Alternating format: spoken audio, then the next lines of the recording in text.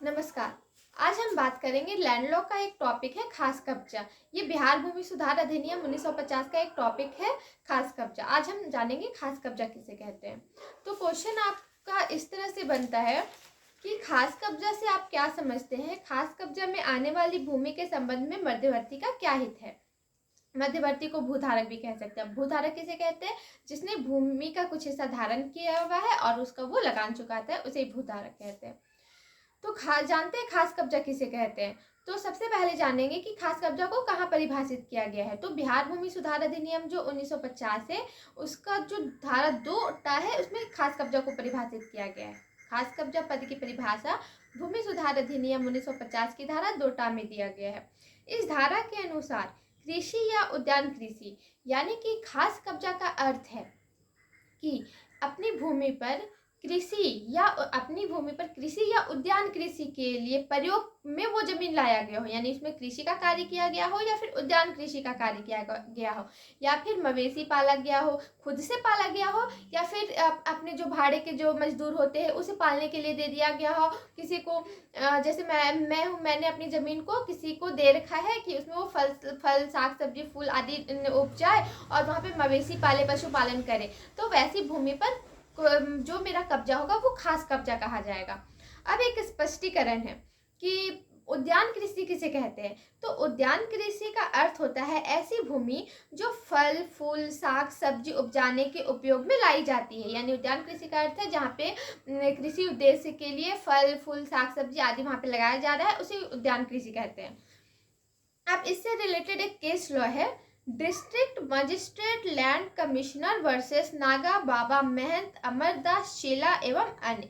District magistrate land commissioner versus Naga Baba Mahant Amardas Shela and others. इस वाद में क्या कहा गया था। तो इस वाद में माननीय पटना उच्च न्यायालय ने अवधारित किया कि अधिनियम की धारा 2 में परिभाषित खास कब्जा का एक निश्चित अर्थ निकलता है। जिन मामलों में अधिनियम की धारा 5 एवं 6 लागू नहीं होता है, यानी कि जिन मामलों में जो बिहार भूमि सुधार अधिनियम 1950 का जो धारा 5 और 6 है वो लागू नहीं होता, वो लागू होता है, वहाँ जो पहले से जो भूधारक है और उसे परिकल्पना के अनुरूप बिहार राज्य का काश्तकार माना जाएगा। यानी कि कहने का तात्पर्य है जहाँ पे सेक्शन 5 एवं 6 लागू होते हैं वहाँ पे जो भूधारक है वो पहले से अगर उसका कोई कब्जा है तो उसे राज्य सरकार का काश्तकार माना जाएगा। अर्थात धारा 2 में खास कब्जा को विशेष रूप से परिभाषित किया गया है क्योंकि जो भूधारक को काश्तकार के रूप में उसे अधिकार मिल सके, इसलिए इसे विशेष रूप से परिभाषित किया गया है। अब धारा 6 क्या बात करता है। अधिनियम की धारा 6 खास कब्जा की भूमि में भूधारक का हित का प्रावधान करती है। यानी कि जो धारा 6 है वो मध्यवर्ती का लाभ या फिर भूधारक का लाभ को परिभाषित करती है। इसके अंतर्गत कृषि या उद्यान कृषि के उद्देश्य के लिए जो भूमि मध्यवर्ती के खास कब्जा में था, निहित होने की तिथि से उसे बंदोबस्त किया हुआ समझा जाएगा। यानी कि जो भूधारक या मध्यवर्ती के पास जो जमीन है जिसमें उसका खास कब्जा है, जो उद्यान कृषि उसमें लगा रहा है कृषि कार्य के लिए, तो उसमें उसे बंदोबस्त किया हुआ समझा जाएगा। ऐसी भूमि को बंदोबस्त किया हुआ समझा जाएगा। अब आते हैं वह अधिभोगी रैयत के अधिकारों का उपभोग करने के लिए अधिकारी होगा। यानी कि उसे बंदोबस्त भी समझा जाएगा और जो अधिभोगी रैयत का जो अधिकार है उसे वो भी मिलेगा और उसे समय समय पर सरकार को लगान भी चुकाना होगा।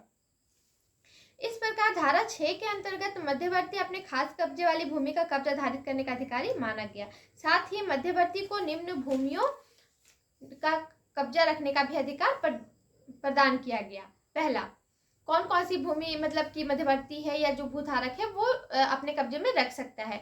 तो पहला है बिहार काश्तकारी अधिनियम 1885 की धारा 116 में निर्दिष्ट स्वत्वधारी की ऐसी निजी भूमि जो कुछ वर्षों के लिए अथवा वार्षिक पट्टे पर दी गई। यानी कि कोई ऐसी भूमि जो पट्टे पर दिया गया हो तो उस भूमि पर जो उसका कब्जा प्राप्त होगा, जो भूधारक है उसका कब्जा प्राप्त होगा यदि कोई भी भूमि उसने वार्षिक पट्टे पर या कुछ वर्षों के लिए पट्टे पर दी हो। दूसरा है छोटा नागपुर काश्तकारी अधिनियम 1908 की धारा 43 में निर्दिष्ट भूस्वामी की ऐसी विशेषाधिकृत भूमि जो 1 वर्ष से अधिक अवधि के लिए रजिस्ट्रीकृत पट्टे पर अथवा 1 वर्ष या उससे कम कालावधि के लिए लिखित या मौखिक रूप से पट्टे पर दी गई हो। यानी कि जो CNT एक्ट 1908 है उसका जो सेक्शन 43 है, 43 के अनुसार ऐसी कोई भूमि जो रजिस्ट्रीकृत करके किसी को पट्टे पर दी गई हो तो उस पर भी वो खास कब्जा का अधिकारी होगा।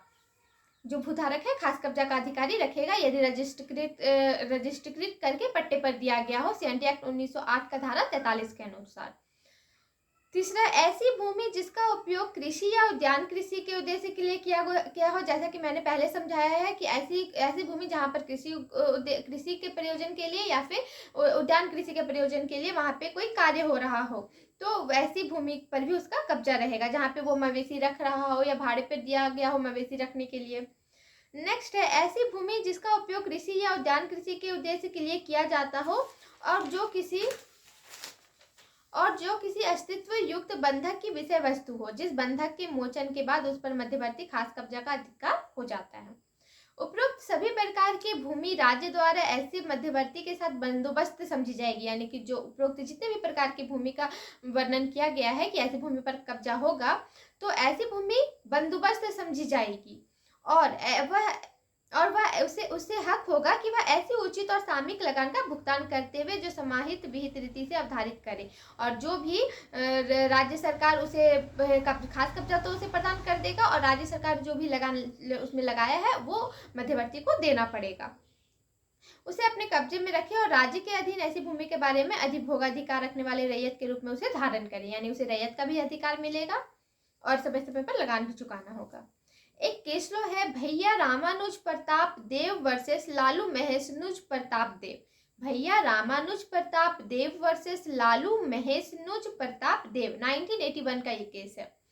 इस वाद में माननीय उच्चतम न्यायालय ने यह अवधारित किया है कि अधिनियम की धारा 6 इस बात का अवधारण करता है कि खास कब्जे की भूमि मध्यवर्ती को बंदोबस्त की जाएगी। यानी धारा 6 क्या बात करता है, इस केस लॉ में बताया गया है कि धारा 6 बात करता है कि जो खास कब्जे की जो भूमि है वो मध्यवर्ती को बंदोबस्त की भी समझी जाएगी। यानी जो इस पर मध्यवर्ती का या भूधारक का जो खास कब्जा है जिस भूमि पर उसे बंदोबस्त किया हुआ समझा जाएगा तथा वह ऐसी भूमि का कब्जा धारण करने का अधिकार रखता है तथा वह ऐसी भूमि को अधिभोगी रैयत के रूप में कब्जा धारण कर सकता है। लेकिन यदि मध्यवर्ती वैसी भूमि को अपने सहस्वामी के प्रतिनिधित्व के रूप में कब्जा धारित करता है, यानी कि कहने का तात्पर्य है कि जो भूधारक या मध्यवर्ती है वो ऐसी भूमि को जिस पर उसका कब्जा धारण किया गया है रैयत के रूप में उसको अधिकार मिला है वो सहस्वामी के प्रतिनिधित्व के रूप में कब्जा धारित करता है। सहस्वामी का मतलब है जैसे कि मेरे भाई है मेरी बहन है, हम लोग मिल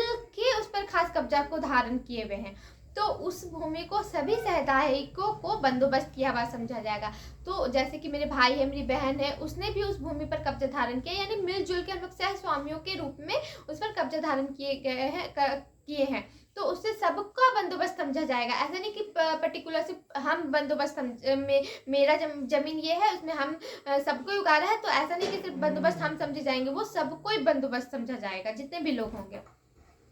अब एक केस लो है बालेश्वर तिवारी मृत द्वारा विधिक प्रतिनिधि वर्सेस शिव जतन तिवारी। बालेश्वर तिवारी मृत द्वारा विधिक प्रतिनिधि वर्सेस शिव जतन तिवारी 1997 का केस लो है। इस वाद में यह अवधारित किया गया है कि मध्यवर्ती अधिकार पद के अंतर्गत वार्षिक कृषि भी सम्मिलित है। यानी मध्यवर्ती का जो अधिकार है उसमें वार्षिक कृषि भी सम्मिलित है। ऐसा नहीं कि कुछ समय के लिए खेती किया फिर छोड़ दिया तभी उसको मतलब ये कब्जा मिलेगा, उसमें वो यदि नहीं, इसका अर्थ है इस वाद में यह अवधारित किया गया है कि मध्यवर्ती अधिकार पद के अंतर्गत वार्षिक कृषि भी सम्मिलित है।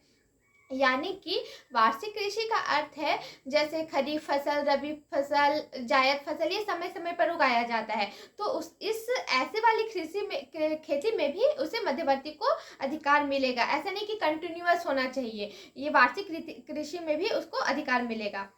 वह भी मध्यवर्ती को लगान के भुगतान के अधीन बंदोबस्त की भी समझी जाएगी, अर्थात मध्यवर्ती ऐसी भूमि का मालिक बन जाता है। खास कब्जे का अभिप्राय यह है कि वह भूमि जो वास्तविक कब्जे में हो। ऐसा नहीं कि मैंने 2 साल पहले 3 साल पहले उसमें खेती किया था, ऐसा नहीं, वो 1 साल 2 साल मतलब थोड़ा कंटिन्यूअस होना चाहिए, उसमें वास्तविक कब्जा दिखना चाहिए। मध्यवर्ती के खास कब्जे की भूमि का अभिप्राय है, मध्यवर्ती के खास कब्जे की भूमि का अभिप्राय है कि मध्यवर्ती उस भूमि का वास्तविक कब्जा रखता है, अर्थात मध्यवर्ती का एक पैर भूमि पर तो दूसरा हल पर और हाथ मिट्टी में होना चाहिए। यानी खास कब्जा का अर्थ एकदम मेन रूप से निकल रहा है कि जो मध्यवर्ती का एक पैर भूमि पर होना चाहिए, दूसरा पैर हल पर होना चाहिए और हाथ मिट्टी में होना चाहिए। कब्जा वास्तविक कब्जा होना चाहिए एवं धारा 6 में विहित कुछ परिस्थितियों को छोड़कर किसी भी प्रकार का हल्कापन स्वीकार नहीं किया जाएगा।